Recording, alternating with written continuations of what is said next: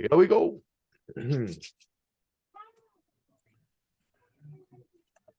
Avast me hearties, and welcome once again to Full Stream Ahead. I be your Captain Charlie, the Professor, and with me, as always, is me skinny rich friend and first mate. It's Mozz. Hey, Mozz, welcome back. Welcome back to Full Stream Ahead and a world of capes and lunatics, of gods and monsters, of magic and mayhem. There is one last sorcerer who seeks to defend the realm. He is Willow, and this is his tale. The Battle of the Slaughtered Lamb, Willow, Season 1, Episode 3. The young heroes, led by Willow, are pursued by assassins who have been infected by dark magic. Our director this week is Debs Patterson. Writers this week are Wendy Merciel, or Marisol, or Mericlee.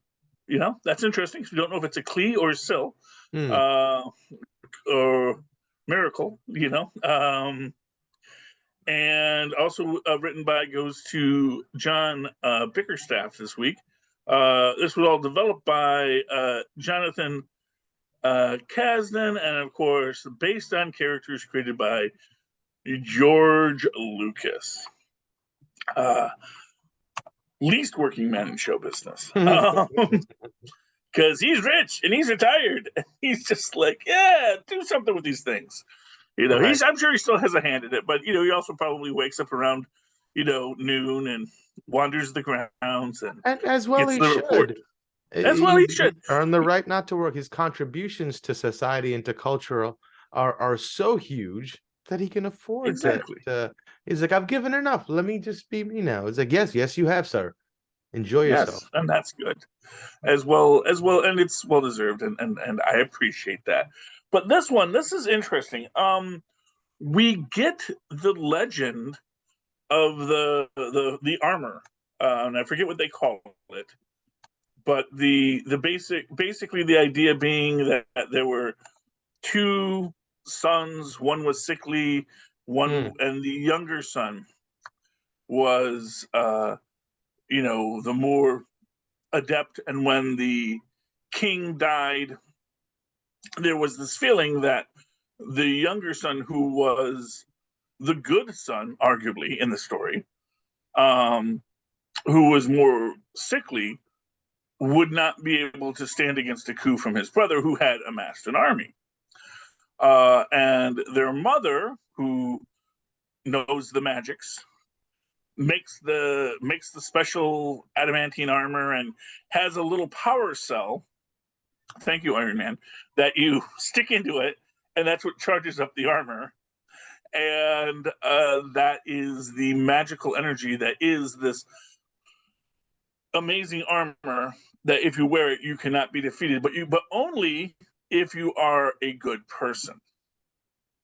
Which I think is one, you know, that is interesting to me, because that was something that I had thought of a while ago about, like, and it's not really, I didn't think of it. It's actually from, I want to say it's from Le Morte d'Arthur, which is the story of Galahad and his shield, that so long as he was pure of heart, it would protect him.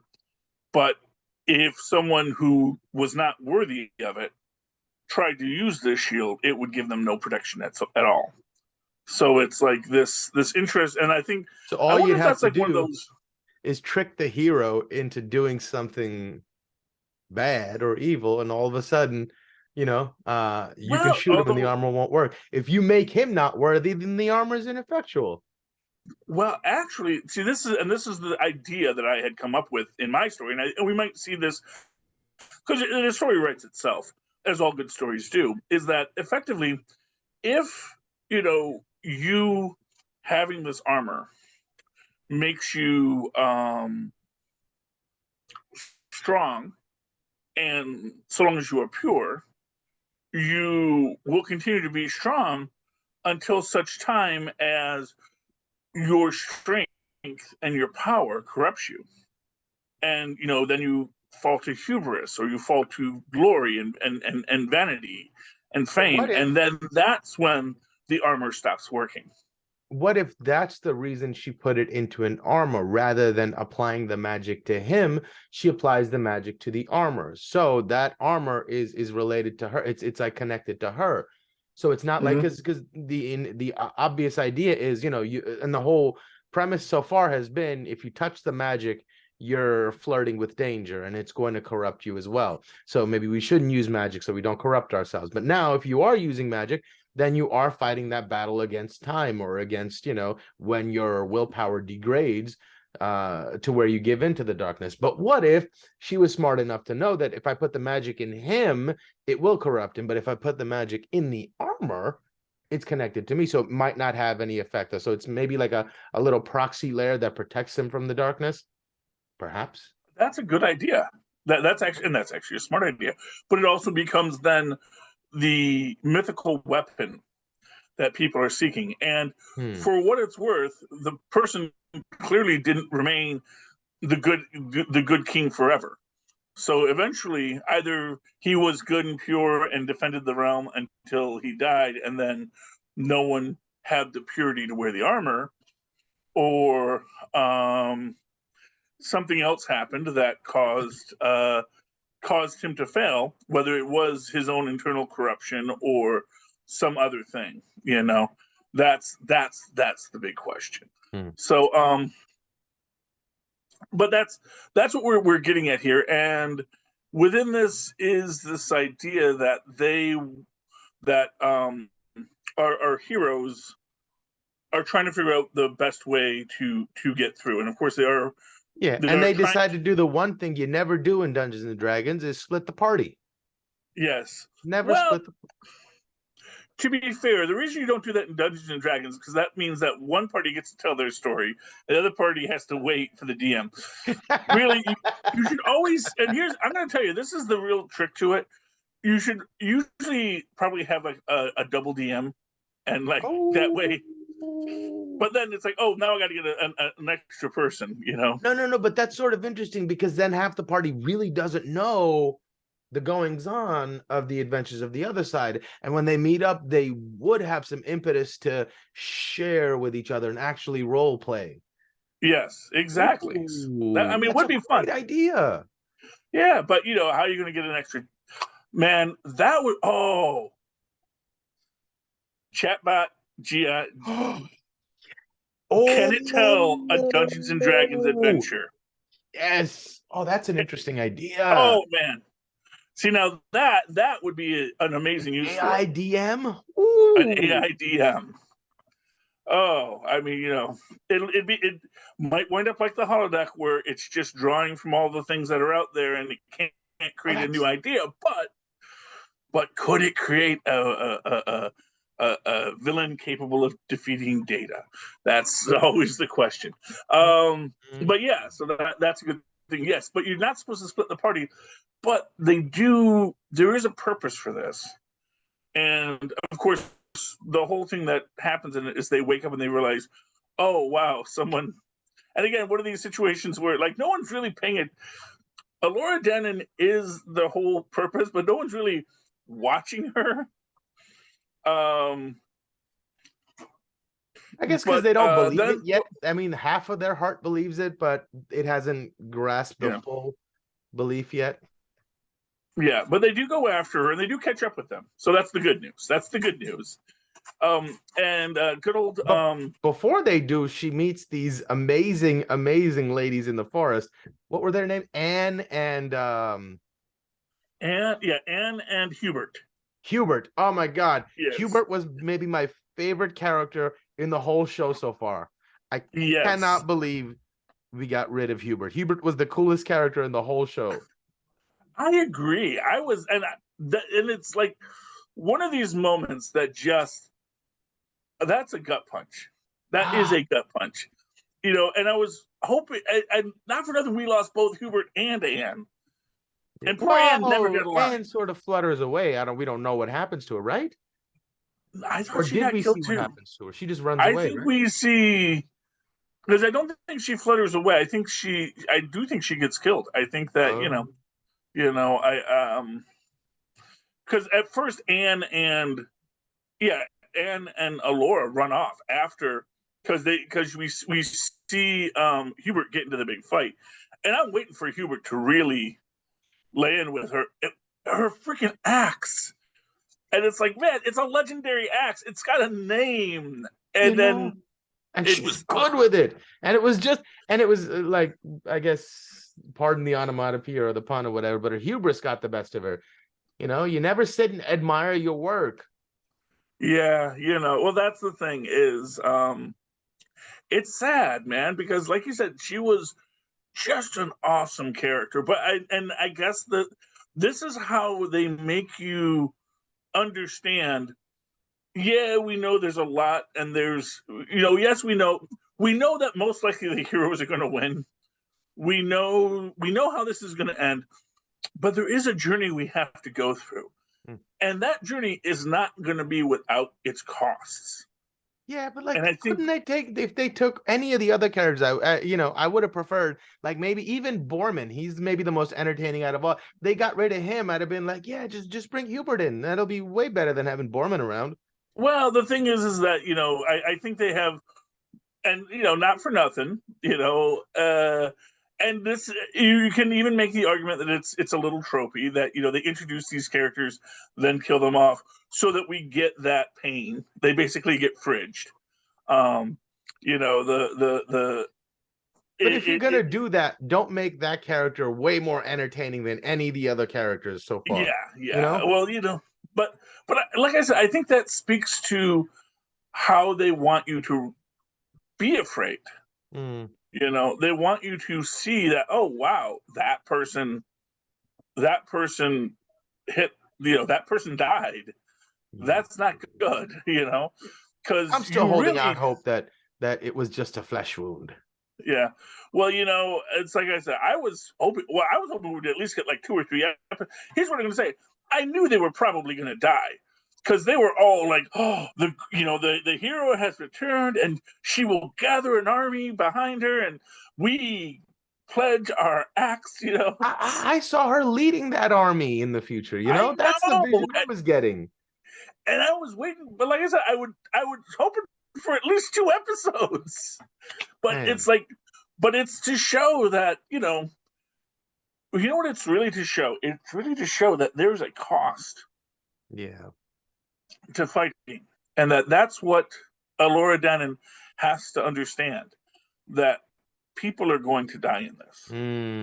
That we're not just going to get through and through luck and good faith. I think she needs. Yeah, she needs to understand her responsibility to these people. And I think that's another way that the magic is going to show. But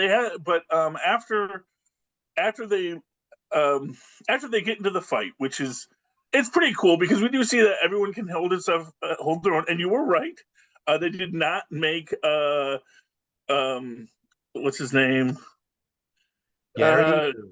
Graydon Hestor.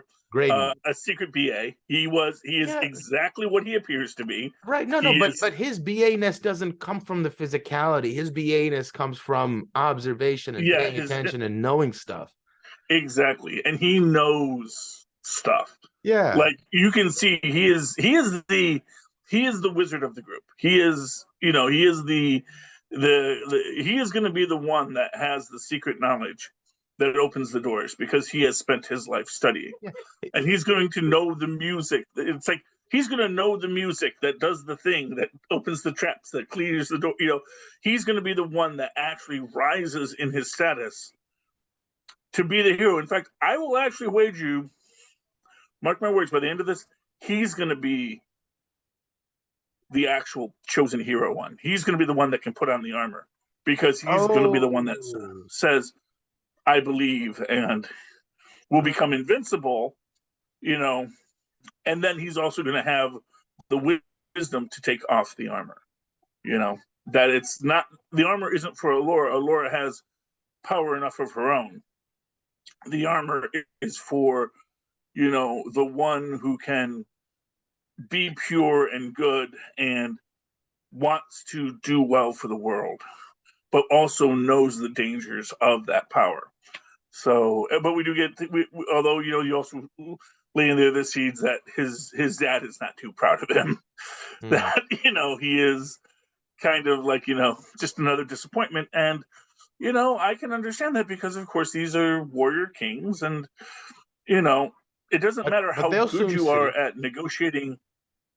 Yeah, well, that's the hope, and like he said, eventually you and I will be the ones running these towns. We're going to be the ones running the world, and then we can set our own thing. So I do think that you're going to have that. You're going to have him and our warrior princess sort of be that perfect power couple to rule this realm in the end.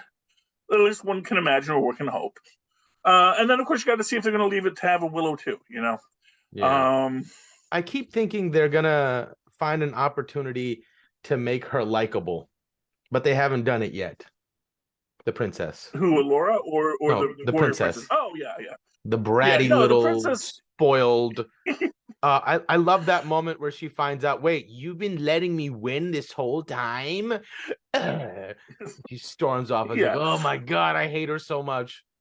Like, Yes. if you're not But mad about one thing, you find out you have no right to be mad about this. You're just going to invent something new to be mad about just so you have a level of, yes, I deserve to be yeah. mad. And whoa, oh God, what an annoying. Well, that's the thing about the character is she is, every character has to have a journey and has to have an evolution.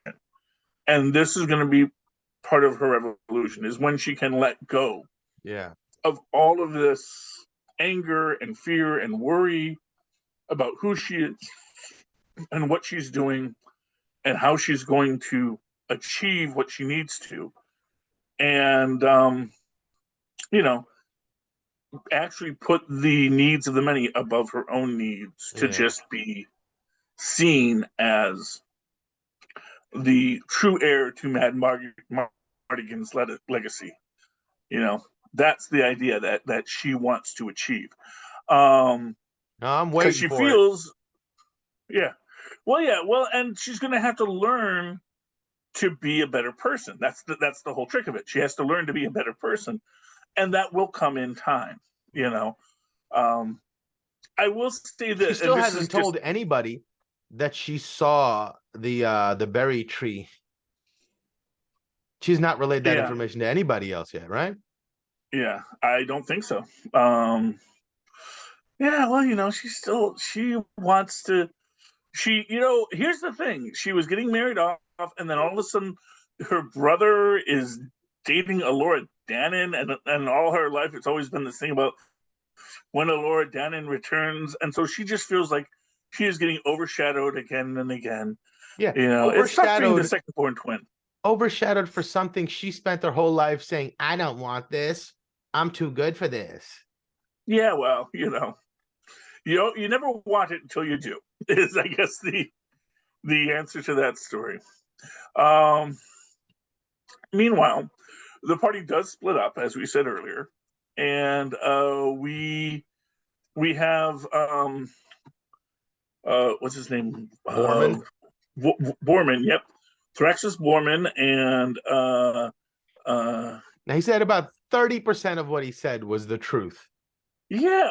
So What I liked about I think everything he said was the truth from a certain point of view. Um, I think one is that going through the slaughtered lamb, that going through that path is faster, but you couldn't take the group through there because they've got the wagons. And I guess from the angle they're coming at, going that way would be more difficult than going around. My question is, the artifact that he found in that hole, was that really having anything to do with her father, or was that just some random piece of treasure that he knew was there? So no, it is that's actually the key. That's the magical key that they show in the first scene that you stick into the armor to turn it on.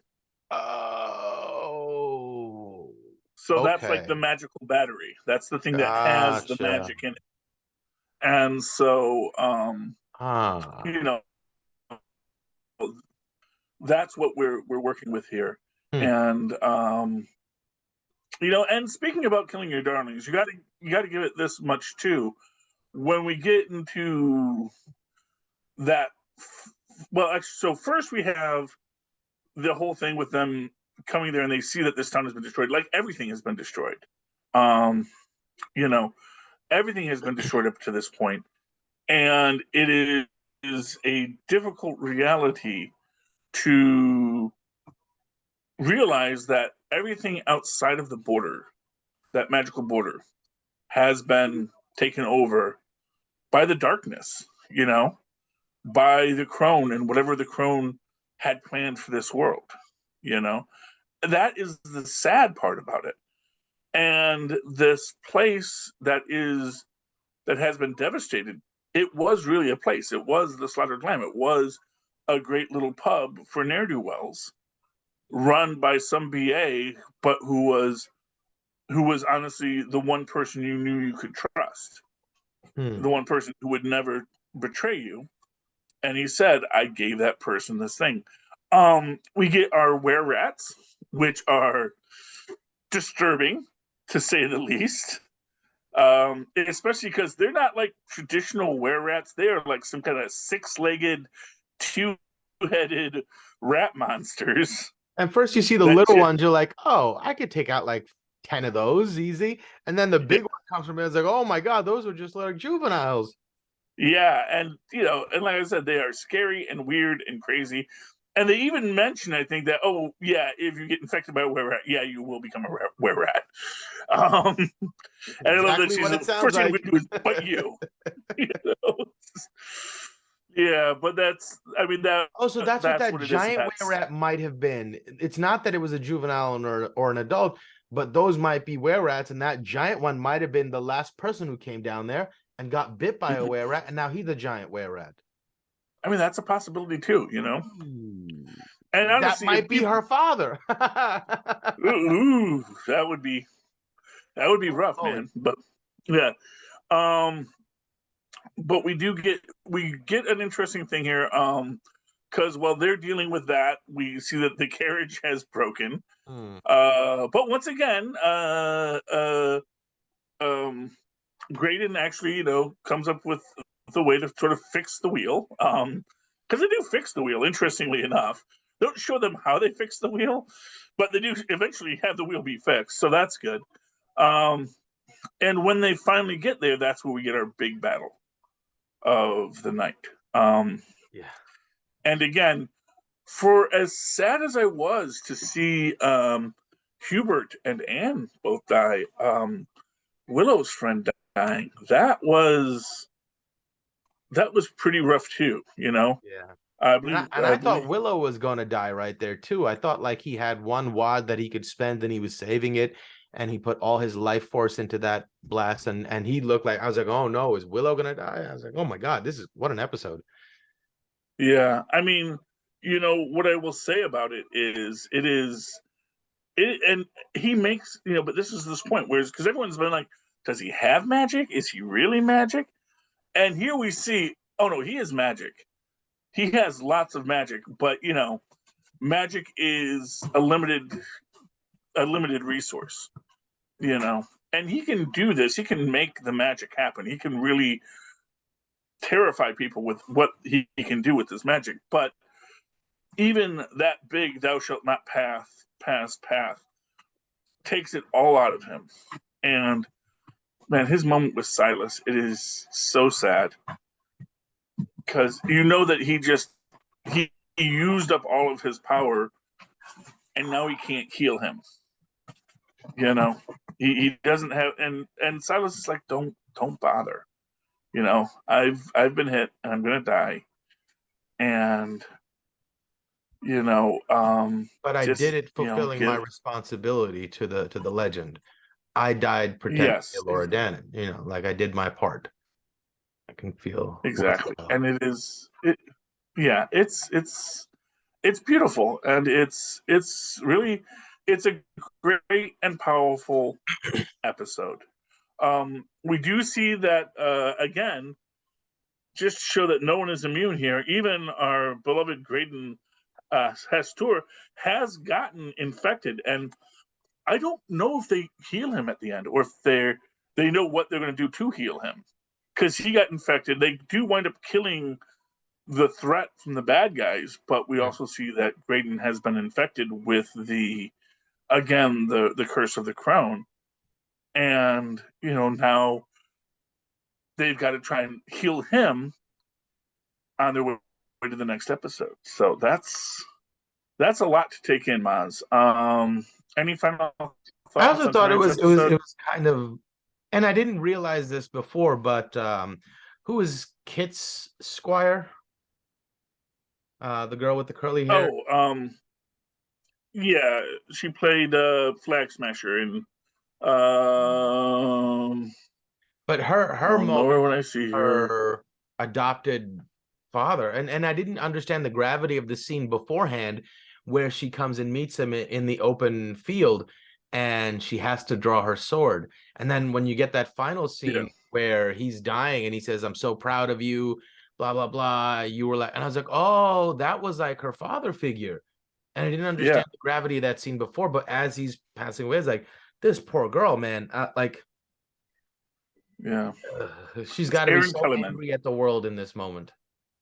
Yeah, and well, that's the thing, and this is, I think, where we're really getting. That's the theme of this, is that there's going to be a cost, and the idea that you could avoid the cost either by staying in the protected realm or doing this or that or the other, there was going to be a cost. If you're going to defeat evil, there is going to be a cost, and it is going to be. There is a cost even if you turn a blind eye. It's like that old Rush song. And if I choose not to decide, I still have made a choice. Exactly.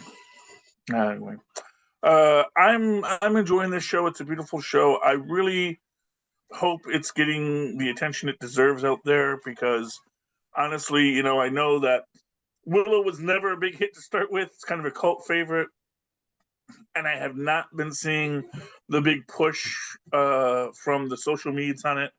But hopefully we're doing our part to help that out. I guess because there's nothing in there to make people angry and up in arms. They're too busy being mad at Velma. It's just a good story, and it's like, oh wow, nobody is in a bad way in this. Everyone's just moving forward, and it all works out well. Alrighty then. Not great for the clicks. Yes. Mozz, if people like this show and would like their voices heard, or people hate this show and say, "Why are you doing this show? This is my least favorite thing. They have people of color in the ancient world," and they would like to vent to that rage, they can do so by writing us at CapesandLunatics@gmail.com, or call us at 614-382-2737. That's 614-38-CAPES. Yeah, that people of color were invented in like the 1800s. Part of that, it's no concept of it at all.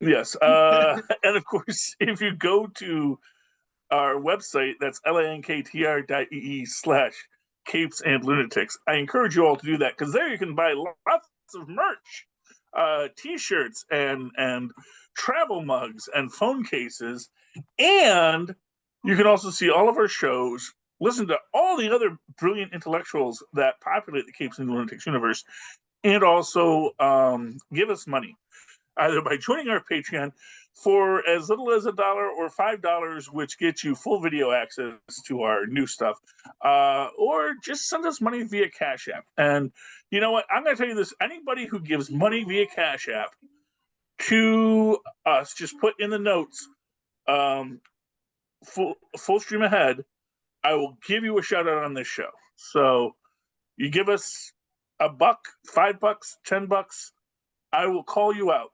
And if you give us just $1, I will say, you know what? It's tough times, and maybe they're not a cheap person, but still, $1 is appreciated. All right, Mozz, if anyone would like to write to you and tell you that they care enough to send $1, how can they find you?